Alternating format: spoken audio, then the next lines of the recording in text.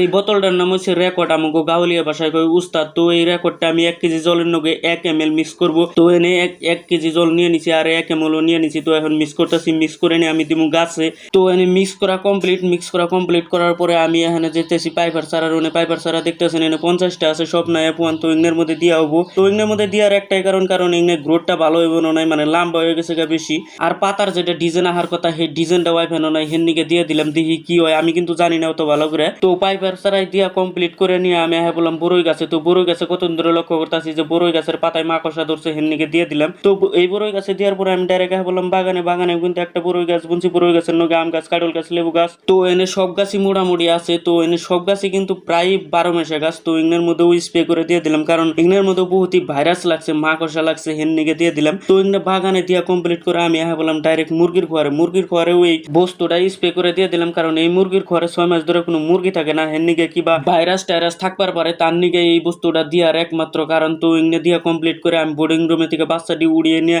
এই মুরগির খোয়ারে দিলাম। স্যার তো মুরগির খোয়ারের সব ডেকোরেশন আজকে কমপ্লিট করলাম।